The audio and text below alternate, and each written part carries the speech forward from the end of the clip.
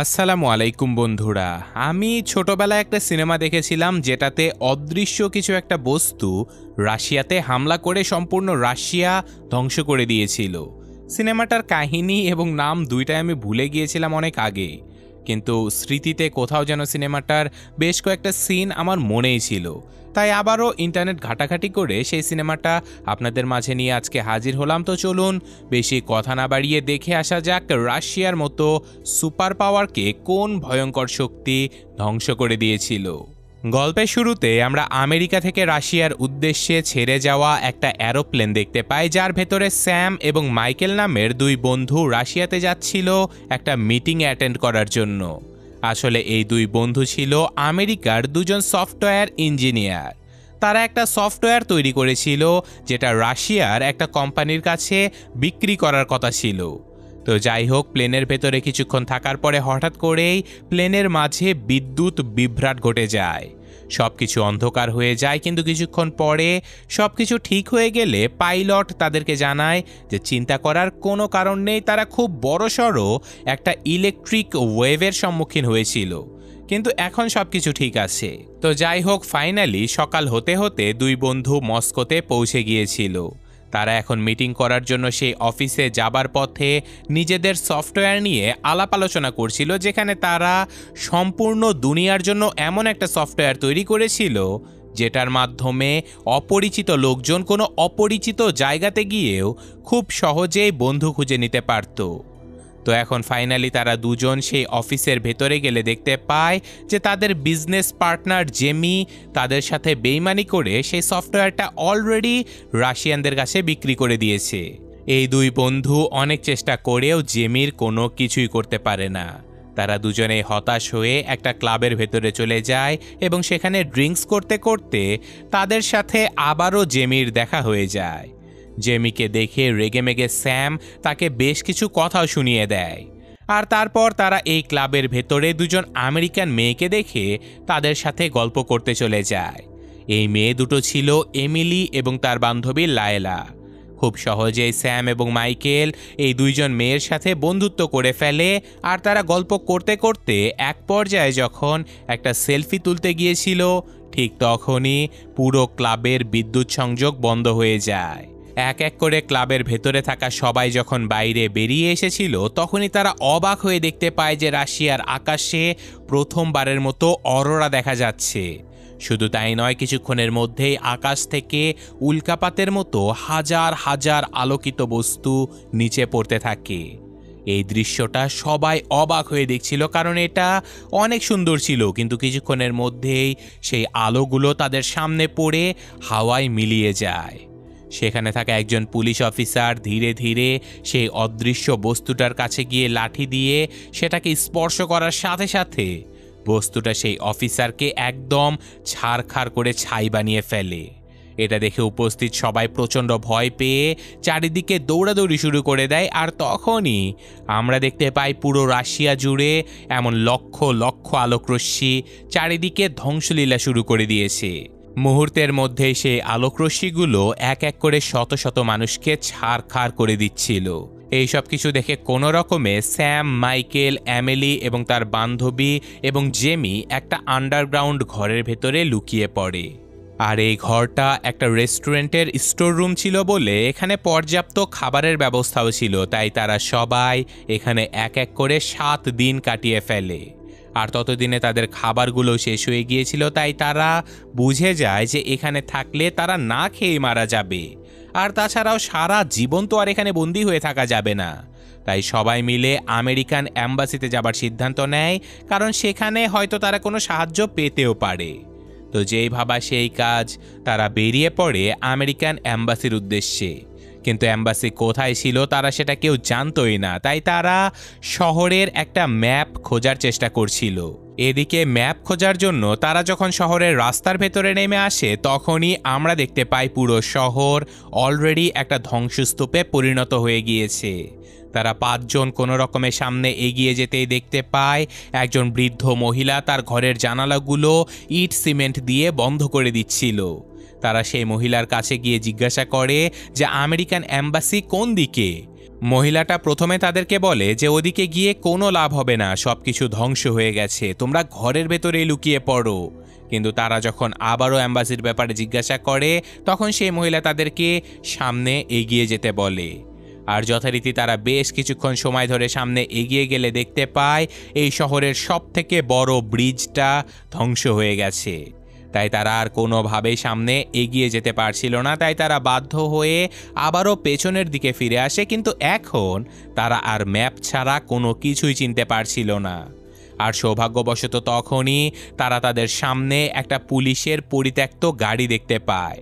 সাধারণত সেই সময় পুলিশের গাড়িতে শহরের একটা ম্যাপ থাকতো, তাই স্যাম এবং মাইকেল সাহস করে সেই পুলিশের গাড়িতে ম্যাপ খুঁজতে চলে যায়। বেশ কিছুক্ষণ খোঁজাখুঁজি করার পরে তারা মানচিত্রটা পেয়ে গেলেও ততক্ষণে সেখানে অদৃশ্য সেই শক্তিটা পৌঁছে গিয়েছিল। মুহূর্তের মধ্যে একটা কুকুরকে ছাড়খাড় করে দিয়ে সেই অদৃশ্য শক্তিটা এখন এই দুই বন্ধুকে খোঁজার জন্য চলে এসেছিল। কিন্তু এই অদৃশ্য বস্তুটা সম্পূর্ণভাবে পিওর এনার্জি দিয়ে তৈরি ছিল, তাই এগুলো মানুষকে দেখতে পেত না, বরং মানুষের শরীরের এনার্জি ওয়েভগুলো দেখতে পেত। আর এ যাত্রায় দুই বন্ধু গাড়ির নিচে লুকিয়ে যাবার কারণে উপর থেকে অদৃশ্য বস্তুটা এই দুই বন্ধুর কোনো এনার্জি ওয়েভ দেখতেই পায় না, যার ফলস্বরূপ এ যাত্রায় দুই বন্ধুই প্রাণে বেঁচে যায়।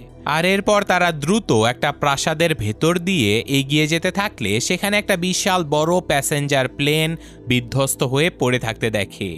আর এটা দেখে তারা এটুকু বুঝতে পারে যে আর যাই হোক, প্লেনের মাধ্যমে তারা এই দেশ ছাড়তে পারবে না। কিন্তু তারা এটুকু বুঝতে পারে যে তাদের মতো হয়তো আরও হাজার হাজার লোক কোথাও না কোথাও নিশ্চয়ই বেঁচে আছে। আর তারা এই এলিয়েনগুলোর ব্যাপারে আরেকটা জিনিস ক্র্যাক করে ফেলেছিল যে এই অদৃশ্য শক্তিগুলো যখন কোনো ইলেকট্রিক লাইটের কাছে পৌঁছে যায় তখন সেই লাইটগুলো জ্বলতে থাকে। যেমন সেই পুলিশের গাড়ির কাছে আসার সময় পুলিশের গাড়ির সাইরেন এবং হেডলাইটগুলো জ্বল করছিল, কারণ এলিয়েনগুলো সম্পূর্ণভাবে এনার্জি দিয়ে তৈরি ছিল, যার কারণে এনার্জির সংস্পর্শে আসার সাথে সাথে লাইটগুলো জ্বলে উঠত। তাই তারা সিদ্ধান্ত নেয় যে তারা রাতের বেলা যাত্রা করবে, কারণ এতে করে এলিয়েনগুলো যখন আশেপাশে আসবে তখন কোনো না কোনো রোড লাইট বা গাড়ির হেডলাইট জ্বলতে দেখতে পেলে তারা সাবধান হয়ে যেতে পারবে। আর তাছাড়াও তারা এলিয়েনগুলোর কাছ থেকে বাঁচার জন্য একটা ইলেকট্রিক বাল্ব নিজেদের কাছেও রেখে দেয়। আর এখন রাতের বেলা তারা সবাই প্রস্তুত হয়ে যখন যাত্রা শুরু করতেই যাচ্ছিল তখনই এমিলি তার সামনে একটা এলিয়েন দেখতে পায়। তারা সবাই প্রচণ্ড ভয় পেয়ে যায় আর স্যাম দুর্ভাগ্যবশত সেই এলিয়েনের একদম সামনে পড়ে যায়। তবে স্যাম একটা কাচের দেয়ালের পেছনে ছিল বলে সেই এলিয়েনগুলো তাকে দেখতে পায় না, কারণ কাচ এক ধরনের ইলেকট্রিক ইনসুলেটর হিসেবে কাজ করত, কারণ কাচের ভেতর দিয়ে বিদ্যুৎ প্রবাহ হয় না। আর এই কাচের সাহায্যে স্যাম এ যাত্রায় এমিলিকেও প্রাণে বাঁচিয়ে নেয়। এখন তারা সবাই দ্রুত বেরিয়ে পড়ে আমেরিকান অ্যাম্বাসির উদ্দেশ্যে। আর বেশ কিছুক্ষণ বিপজ্জনক যাত্রা করার পরে তারা অ্যাম্বাসির সামনে পৌঁছেও যায়, কিন্তু তারা দেখতে পায় অ্যাম্বাসিটা সম্পূর্ণরূপে ধ্বংসস্তূপে পরিণত হয়েছিল। কিন্তু তারপরেও পুরো শহরের কি অবস্থা এটা দেখার জন্য তারা অ্যাম্বাসির উপরে যেতে থাকে। কিন্তু জেমি প্রচণ্ড ভয় পেয়ে গিয়েছিল, তাই সে একটা বন্দুক হাতে নিয়ে নিচেই লুকিয়ে থাকার সিদ্ধান্ত নেয়। কিন্তু ততক্ষণে বাকি চারজন অ্যাম্বাসির উপরে গিয়ে জানতে পারে যে শুধু রাশিয়া নয় বরং Tokyo, Delhi, London, Paris, New York সবখানেই এই অদৃশ্য জন্তুর ভয়ঙ্কর হামলা হয়েছে। এই জন্তুটা মানবচালিত সকল ইলেকট্রনিক যন্ত্রগুলোকে অকেজো করে ফেলেছে, যার কারণে না তো কোনো মিসাইল কাজ করছে না কোনো এয়ারক্রাফট। তারা সবাই বুঝতে পারে যে তাদের ঘরে ফিরে যাবার মতো কোনো ঘর আর অবশিষ্টই নেই। কিন্তু তখনই তারা সেখানে একটা খাঁচার ভেতরে থাকা ওয়াকিটকিতে রাশিয়ান ভাষায় কিছু একটা শুনতে পায়। তারা কেউ যেহেতু রাশিয়ান ভাষা জানতো না, তাই তারা সেই ওয়াকিটকিটা নিজেদের সাথে করে নিয়ে এগিয়ে যেতে থাকে। কিন্তু তখনই তারা দেখতে পায় তাদের বন্ধু জেমি একা একাই কোথায় যেন পালিয়ে যাবার চেষ্টা করছে। তারা দ্রুত জেমিকে বাঁচানোর জন্য নিচে চলে যায়, কিন্তু ততক্ষণে সেই অদৃশ্য এলিয়েনগুলো জেমিকে ঘিরে ফেলেছিল। আর মুহূর্তের মধ্যেই এলিয়েনগুলো জেমিকেও ছারখার করে ফেলে। এইসব কিছু দেখে বাকিরা সবাই প্রচণ্ড ভয় পেয়ে যায়, কিন্তু তখনই তারা দূরের একটা বিল্ডিংয়ের ভেতরে আলো জ্বলতে দেখতে পায়। তারা বুঝতে পারে যে সেখানে নিশ্চয়ই কেউ না কেউ বেঁচে আছে। তাই বেঁচে থাকার তাগিদে তারা আবারও বেরিয়ে পড়ে সেই নিরাপদ আশ্রয়ের খোঁজে। আর এই যাত্রায় তারা কোনো রকমে সেই আলো জ্বলতে থাকা বিল্ডিংয়ের সামনে পৌঁছে যায়, আর সেখানেই তাদের সাথে ভানিয়া নামের একটা মেয়ের দেখা হয়ে যায়।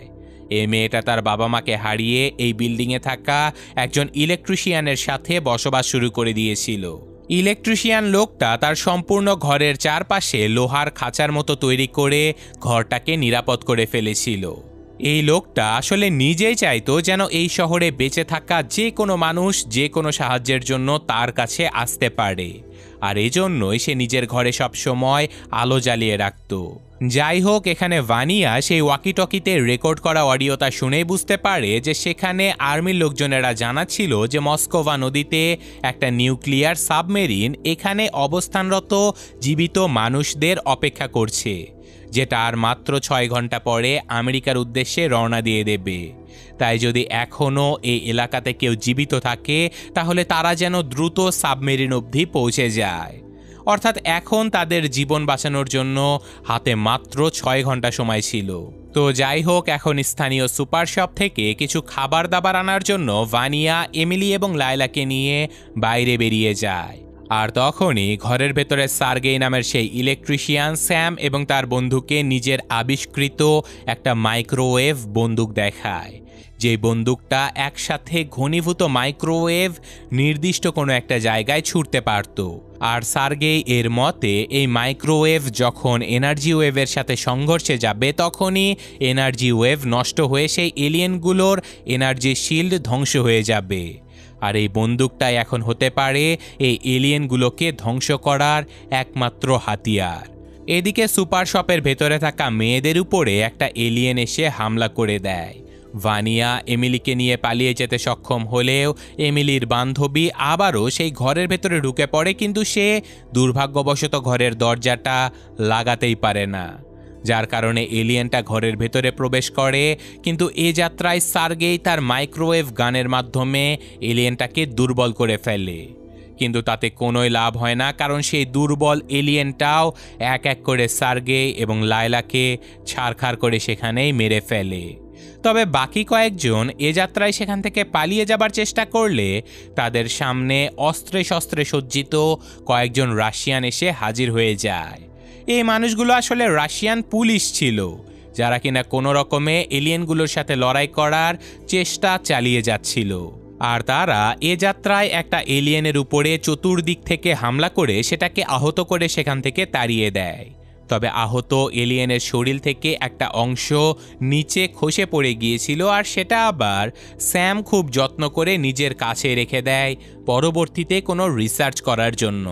এখন এই পুলিশ অফিসারেরা তাদেরকে নিয়ে আরেকটা নিরাপদ জায়গাতে চলে যায়, যেখানে তারা অফিসারদেরকে জানায় যে আগামী 6 ঘন্টার মধ্যে তাদেরকে সেই সাবমেরিনের কাছে পৌঁছাতে হবে। তারা সবাই এই অফিসারদেরকেও সাথে করে নিয়ে এই জায়গা থেকে পালিয়ে যাবার সিদ্ধান্ত নেয়। কিন্তু পুলিশ অফিসারেরা তাদেরকে জানায় যে মস্কো আমাদেরই বাড়ি, আমরা চাইলেও এখান থেকে পালিয়ে যেতে পারবো না। আমরা নিজেদের শেষ রক্তবিন্দু দিয়ে হলেও শত্রুদের সাথে লড়াই করব। আমাদের ক্ষমা করে দিও, আমরা তোমাদের কোনো সাহায্য করতে পারবো না, তবে তোমরা চাইলে আমাদের সাথে এখানেই থেকে যেতে পারো। কিন্তু স্যাম তাদেরকে বোঝায় যে দেখুন, মাত্র একটা দুটো এলিয়েনকে মেরে আপনাদের কোনো লাভই হবে না। অন্তত শক্তিশালী কোনো অস্ত্র তৈরি করার আগ পর্যন্ত আমাদের উচিত কোনো নিরাপদ জায়গাতে লুকিয়ে থাকা। এই কথা বলে তারা সবাই অফিসারদের সাহায্য ছাড়াই বেরিয়ে পড়ে সেই সাবমেরিনের খোঁজ করার জন্য। আর এটা দেখে অফিসার তাদেরকে সাহায্য করার জন্য নিজের সাথে কয়েকজন লোককে নিয়ে তাদেরকে এগিয়ে দেবার জন্য তাদের সাথে যেতে থাকে। এভাবে চলতে চলতে রাতের বেলা তারা সবাই একটা পরিত্যক্ত রেল স্টেশনে পৌঁছে যায়। আর সেখানে যাবার সাথে সাথে তাদের উপরে আবারও এলিয়েনেরা এসে হামলা করে দেয়। তারা সবাই লুকিয়ে যেতে সক্ষম হলেও ভানিয়া নামের সেই বাচ্চা মেয়েটা একটা দেয়ালের পেছনে আটকা পড়ে যায়। আর ভানিয়াকে বাঁচানোর জন্য স্যামের বন্ধু মাইকেল যখন এগিয়ে গিয়েছিল তখনই দুর্ভাগ্যবশত সেই এলিয়েনের হামলায় মাইকেল ছারখার হয়ে ধ্বংস হয়ে যায়। এটা দেখে স্যাম রীতিমতো স্তব্ধ হয়ে যায়। সে বিশ্বাসই করতে পারছিল না যে সে তার বন্ধুকে বাঁচাতে পারেনি। কিন্তু সে কিছুই করতে পারতো না, তাই আবারও সবাইকে নিয়ে সে পালিয়ে যাবার চেষ্টা করে। আর এবার তারা নদীর সামনে পৌঁছেও যায়। আর নদীর সামনে থাকা ছোট্ট একটা জাহাজ নিয়ে তারা যখন সেই সাবমেরিনের কাছে পৌঁছানোর চেষ্টা করছিল, তখনই তাদের ছোট্ট এই জাহাজটা একটা পাথরের সাথে আটকা পড়ে যায়। তারা যখন জাহাজটাকে সরানোর চেষ্টা করছিল, তখনই তারা দেখতে পায় পৃথিবীর অভ্যন্তর থেকে গরম লাভার মতো বস্তুগুলো সব আকাশে উড়ে যাচ্ছিল। আসলে সেই এলিয়েনগুলো পৃথিবীর অভ্যন্তরে থাকা তামা, নিকেল সহ বিদ্যুৎ পরিবাহী সকল বস্তুগুলোকে নিজেদের গ্রহে নিয়ে যাওয়ার চেষ্টা করছিল। কারণ তারা যেহেতু এনার্জি ওয়েভ দিয়ে তৈরি, তাই এই সব ধাতু তাদের খুবই কাজে আসবে। আর এমন ভয়ঙ্কর ধ্বংসযজ্ঞ দেখে তারা সবাই স্তব্ধ হয়ে গিয়েছিল। আর তাছাড়াও তারা তাদের সামনেই কিছুটা দূরেই সেই নিউক্লিয়ার সাবমেরিনটা দেখতেও পায়। কিন্তু তখনই তাদের পাশে থাকা বিশাল বড় একটা বিল্ডিং হঠাৎ করে তাদের সামনে ধসে পড়তে থাকে, যার কারণে তাদের জাহাজটা সম্পূর্ণভাবে উল্টে যায়। আর কোনো রকমে তারা নিজেদেরকে বাঁচিয়ে নিয়ে সেই সাবমেরিনের উপরে পৌঁছেও যায়। তবে এখানে এসে স্যাম খেয়াল করে তার সাথে থাকা এমিলি কোথায় যেন হারিয়ে গেছে। সে বুঝতে পারে যে এমিলি পেছনে ছাড়া পড়েছে। সে এখন সাবমেরিনের ক্যাপ্টেনকে বুঝাতে থাকে যে প্লিজ আর একটু অপেক্ষা করুন, আমি আমার বান্ধবীকে খুব জলদি নিয়ে চলে আসব। প্রথম তারা কেউ রাজি না হলেও স্যাম তাদেরকে রাজি করিয়ে ফেলে এবং এরপর স্যাম সার্গেই এর বানানো মাইক্রোওয়েভ বন্দুকের ভেতরে বেশ বড় বড় কয়েকটা ব্যাটারি লাগিয়ে নিয়ে কয়েকজন পুলিশ অফিসারকে সাথে করে নিয়ে এমিলিকে বাঁচাতে চলে যায়। এমিলিকে খুঁজতে খুঁজতে তারা একটা পরিত্যক্ত রেল লাইনের কাছে পৌঁছে যায়। আর তখনই তাদের উপরে আবারও একটা এলিয়েন এসে হামলা করে দেয়। কিন্তু এ যাত্রায় স্যাম মাইক্রোওয়েভ গানের মাধ্যমে সেই এলিয়েনটাকে দুর্বল করে ফেলে। আর সাথে সাথে গোলাগুলি করে বাকি পুলিশ অফিসারেরা এলিয়েনটাকে ধ্বংস করে দেয়। আর এটা দেখে তারা সবাই প্রচণ্ড খুশি আর সাহসী হয়ে যায়। আর এদিকে ফাইনালি একটা বাসের ভেতর থেকে স্যাম এমিলির চিৎকার শুনতে পায়। কিন্তু সে এবার তাকে বাঁচানোর আগে এলিয়েনগুলোকে মারার জন্য একটা প্ল্যান বানিয়ে ফেলে। স্যাম চারপাশে পানি ছড়িয়ে দেয়, কারণ পানির উপরে মাইক্রোওয়েভ ছুড়ে দিলে সেটা চারিদিকে ছড়িয়ে যেত। আর যথারীতি একদিকে স্যাম যখন তার গার্লফ্রেন্ডের কাছে পৌঁছে গিয়েছিল, তখনই একসাথে বেশ কয়েকটা এলিয়েন পানির উপরে চলে আসে। আর তখনই মাইক্রোওয়েভ পানির উপরে ছুড়ে দেবার সাথে সাথে একসাথে অনেকগুলো এলিয়েন আহত হয়ে যায়। সাথে সাথে পুলিশ অফিসারেরা গোলাগুলি করে প্রায় 3টা এলিয়েনকে সেখানেই ধ্বংস করে দেয়। আর এদিকে স্যাম ফাইনালি এমিলির কাছে পৌঁছে যায়। কিন্তু দুর্ভাগ্যবশত সেই বাসের ভেতরে ততক্ষণে একটা এলিয়েন এসে তাদের উপরে হামলা করে দিয়েছিল। স্যাম কোনো রকমে মাইক্রোওয়েভ ছুড়ে দিয়ে এলিয়েনটাকে দুর্বল করে দিতে পারলেও তার মাইক্রোওয়েভ বন্দুকের ব্যাটারির চার্জ শেষ হয়ে গিয়েছিল। সে কি করবে কিছুই বুঝতে পারছিল না। কিন্তু তখনই স্যাম নিজের কাছে থাকা এলিয়েনের শরীরেরই একটা অংশকে এই আহত এলিয়েনের দিকে ছুঁড়ে মারে। আর সাথে সাথে এই এলিয়েনটাও ধ্বংস হয়ে যায়। আর ফাইনালি তারা এমিলিকে বাঁচিয়ে নিয়ে দ্রুত সাবমেরিনের কাছে পৌঁছে যায়। সাবমেরিনে করে চলে যাবার আগে স্যাম পুলিশ অফিসারদেরকেও তাদের সাথে যেতে বলে। কিন্তু অফিসার স্যামকে জানায় যে মস্কো আমার বাড়ি, আমি রাশিয়াকে ছেড়ে কখনোই যেতে পারবো না। তবে আমরা আজকে শিখে নিয়েছি যে কিভাবে এলিয়েনদেরকে মারতে হয়। তুমি বেঁচে থাকো আর সবাইকে শেখাও এলিয়েনদের সাথে যুদ্ধ করার পদ্ধতি। আজকে থেকেই এলিয়েনদের ধ্বংসলীলা শেষ আর আমাদের যুদ্ধ শুরু। আর এখন আমরা দেখতে পাই সাবমেরিনের ভেতরে তারা যখন সবাই নিরাপদ আশ্রয়ের দিকে যাচ্ছিল, তখনই ওয়াকিটকি দিয়ে সবাইকে জানাচ্ছিল যে already Paris, Delhi, Tokyo, New York সবখানেই মানুষেরা এলিয়েনদের উপরে পাল্টা আক্রমণ করতে শুরু করে দিয়েছে। অর্থাৎ পৃথিবীব্যাপী এক ভয়ঙ্কর যুদ্ধ অলরেডি শুরু হয়ে গেছে। আর এই ঘটনার সাথে সাথেই আজকের এই গল্পটা শেষ হয়ে যায়। তো এই সিনেমাটা আসলে আমার একটা নস্টালজিয়া ছিল, সিনেমাটার কথা অনেক মনে পড়তেছিল, তাই ভাবলাম আরেকবার দেখি এবং দেখে ভালোই লাগলো বলে আপনাদের সাথে আবারও শেয়ার করলাম। তো আপনাদের কেমন লাগলো মতামতটা কমেন্টে জানাবেন, ভালো লাগলে লাইক করবেন। আমি আজকের মতো বিদায় নিচ্ছি, আল্লাহ হাফেজ।